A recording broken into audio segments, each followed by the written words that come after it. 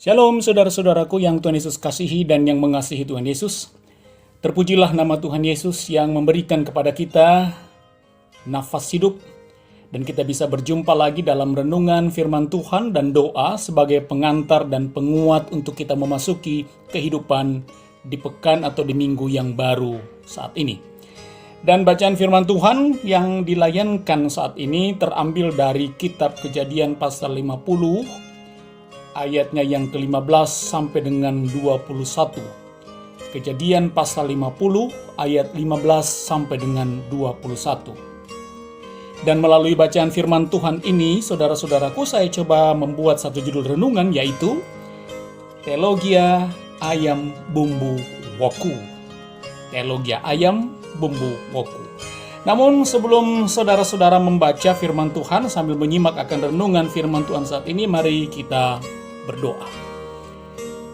Ya Yesus, Tuhan dan Allah kami yang hidup dan yang maha baik, kami bersyukur atas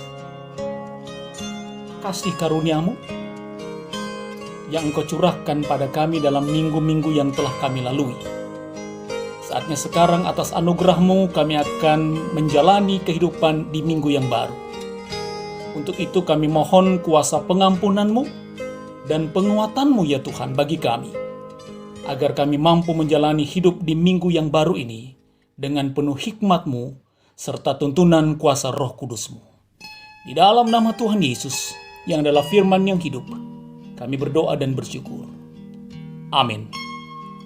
Nah, saudara-saudaraku, seperti biasa, dengan Alkitab yang terbuka di hadapan saudara-saudara, saya mohon saudara-saudara sekalian tetap memperhatikan akan ayat-ayat bacaan firman Tuhan kita saat ini sambil mendengar akan penjelasan perenungan kita saat ini. Saudara-saudara yang Tuhan Yesus kasihi dan yang mengasihi Tuhan Yesus, masakan ayam dengan bumbu woku bisa jadi salah satu menu favorit kita. Nah, masakan ini biasanya terbuat dari bahan dasar yaitu ayam yang diolah dengan berbagai macam bumbu seperti cabai, bawang putih, bawang merah, jahe, kunyit, kemiri, batang serai, daun bawang, daun kemangi, daun jeruk, serta ada juga yang mencampurnya dengan daun pandan, saudara. Nah, tentunya perpaduan akan bumbu ini akan semakin membuat masakan ayam bumbu woku ini sangat bercita rasa. Dengan pengertian lain, saudara-saudaraku, ayam yang kita masak dengan bumbu woku ini akan menjadi sangat nikmat jika semua bumbu-bumbu tersebut sudah bercampur menjadi satu, lalu meresap dalam potongan-potongan ayam tersebut. Dengan kata lain, saudara-saudara, setiap bahan atau setiap bumbu-bumbu dari masakan ini tidak akan terasa enak jika dipisah-pisahkan, begitu toh? Contohnya, kalau ayam itu kita tumis tanpa bumbu, pasti rasanya tidak enak, hambar dan sebagainya. Atau mungkin jahe atau batang serai itu kita makan begitu saja, maka pasti rasanya tidak enak, pahit. Ada juga pedisnya, ada juga sepatnya, dan lain-lain. Atau mungkin bawang-bawang itu, bawang putih dan bawang merah itu kita makan begitu saja, pasti rasanya tidak enak. Namun ketika bumbu-bumbu yang rasanya beragam itu dipadukan atau diracik menjadi satu, lalu diolah bersama dengan ayam, maka jadilah menu ayam bumbu woku yang pastinya sangat lezat sekali, saudara. Nah, saudara-saudaraku kekasih-kekasih Yesus, makna teologis yang bisa saudara dan saya dapat ambil dari ilustrasi pembuka saat ini adalah, perhatikan baik saudara, begitulah seharusnya hidup di dalam Tuhan. Jika saudara dan saya hanya melihat sebagian-sebagian saja, maka bisa saja terasa tidak nyaman. Ya, seperti ketika kita hanya melihat atau hanya mengenang akan pahitnya atau getirnya pergumulan-pergumulan yang kita alami, atau begitu pedisnya tekanan-tekanan hidup atau penderitaan hidup yang pernah terjadi dalam kehidupan kita, atau begitu hambarnya hidup karena pergumulan sakit penyakit yang masih kita derita, ya. Begitu sengsaranya perjuangan kita dalam bekerja dan berusaha, tetapi belum juga mencapai hasil yang maksimal. Nah, kalau hal-hal ini hanya kita lihat satu persatu, tentu kita tidak akan merasakan nikmatnya hidup. Bahkan kita akan mendapatkan kesimpulan bahwa hidup ini tidak enak ketika kita hanya terfokus, ketika kita hanya melihat bagian-bagian yang pahit, bagian-bagian yang pedis, bagian-bagian yang hambar dalam hidup kita. Ya. Tapi coba, bila rasa hambar, bila rasa pedis, bila rasa pahit, asin, dan lain-lain itu kita padukan jadi satu, diracik sedemikian rupa di dalam pengharapan kita kepada Tuhan Yesus, maka hidup ini pasti akan terasa lebih menarik, lebih berwarna, dan lebih enak untuk kita jalani. Nah, mungkin kita bertanya, apa keterkaitan ilustrasi ini dengan bacaan firman Tuhan kita saat ini yang merupakan kisah tentang Yusuf yang menghibur hati saudara-saudaranya? Nah, saudara perhatikan baik, keterkaitannya adalah sebagai berikut. Yusuf itu bertumbuh menjadi pribadi yang bertambah bijaksana justru lewat berbagai macam pengalaman pahit yang pernah dia alami selama berada di tengah-tengah keluarganya sampai berada di Mesir.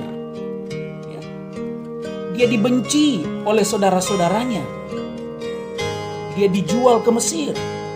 Dia juga menjadi budak Potifar. Bahkan saat menjadi budak di rumah Potifar, dia difitnah oleh istri Potifar. Dan dia dipenjara dan dilupakan. Semuanya adalah pengalaman pahit yang dialami oleh Yusuf, saudara-saudara. Nah, tentu hal-hal ini bisa saja menjadikan Yusuf menjadi pribadi yang penuh amarah kalau dia hanya melihat pengalaman-pengalaman pahit itu.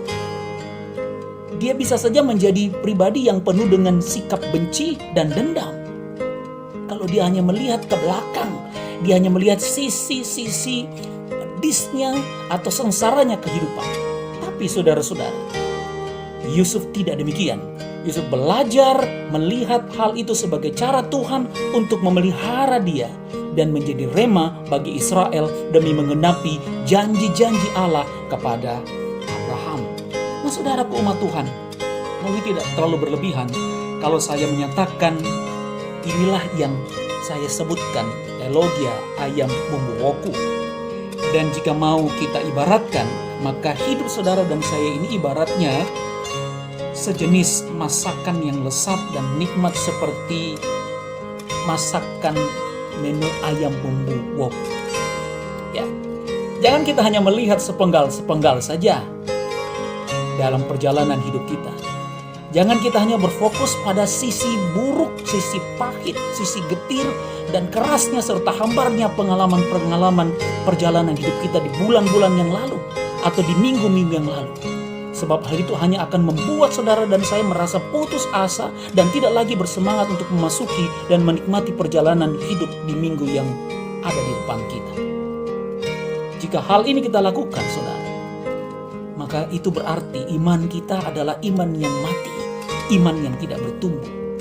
Karena seharusnya bagi orang yang tetap beriman, percaya kepada Tuhan Yesus, maka segala pengalaman-pengalaman kehidupan, buruk, pahit, ataupun pengalaman-pengalaman yang terasa begitu getir, justru hal itu akan membuat orang tersebut, membuat imannya akan semakin bertumbuh dewasa di dalam pengharapan akan Yesus Kristus.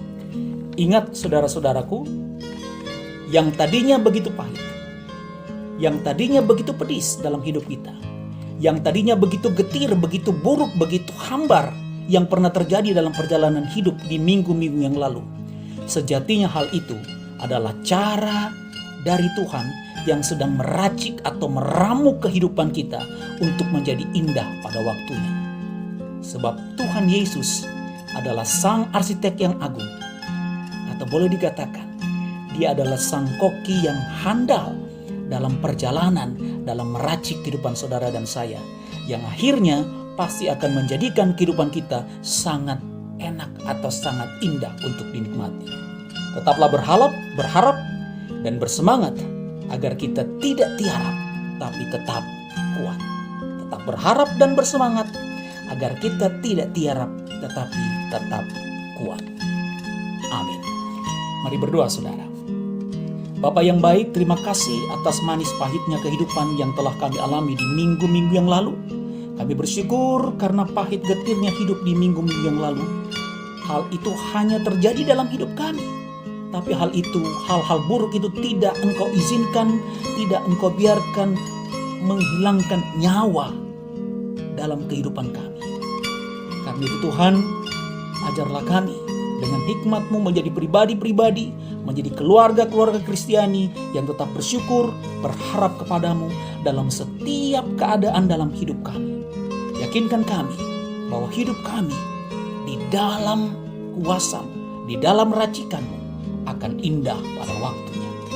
Tuhan, saat hamba Engkau percayakan jadi pendoa saat ini, suara Roh Kudus Tuhan berbisik kepada hamba bahwa saat ini ada saudara-saudara hamba, ada subscriber dari channel YouTube ini yang sedang merasakan sakit pada bagian kepala. Suara Roh Kudus juga berbisik kepada hamba bahwa ada juga yang begitu merasakan sakit pada bagian pinggangnya. Engkau juga berkata dan berbisik kepada hamba bahwa ada juga saudara-saudara seiman yang mendengarkan channel YouTube ini yang saat ini sangat merasa sesak pada bagian dada dan pernafasan. Ada juga saudara-saudara yang begitu merasakan sakit pada persendian. Oh Yesus, Allahku, Yahweh Rafa, ampuni dosa dan kesalahan hamba. Dan izinkan hamba berkata, Tuhan, pulihkan saudara-saudara hamba ini. Dalam nama dan kuasa bilur-bilur darah Tuhan Yesus, mereka pulih dan mereka sembuh. Terima kasih Tuhan. Urapilah obat-obatan yang mereka pakai, ya Yesus. Dan mujizat-Mu pasti terjadi. Tuhan yang maha baik, berkatilah usaha anak-anak-Mu yang berusaha ataupun di dalam mencari pekerjaan sesuai dengan rencana. Kami anak-anak berdoa untuk orang tua kami. Tuhan menjaga dan memberkati orang tua kami. Berkatilah rumah tangga kami. Kami sebagai suami, kami sebagai istri. Berkatilah anak-anak cucu kami. Kami sebagai pelajar mahasiswa kami berkata, berkatilah cita-cita dan masa depan kami. Buatlah indah pada waktunya. Terima kasih Tuhan Yesus. Inilah seruan dan doa kami. Dalam nama Yesus kami berdoa. Amin. Terima kasih saudara-saudaraku. Saya Pendeta Hendra Dores, Sarjana Teologia, dan seluruh tim channel YouTube Bahtera Kasih dari Yesus di Gresik mengucapkan selamat memasuki kehidupan di minggu yang baru, dan sampai berjumpa dalam renungan firman Tuhan dan doa pada minggu yang akan datang. Tuhan memberkati kita dan Tuhan sayang kita semua. Shalom.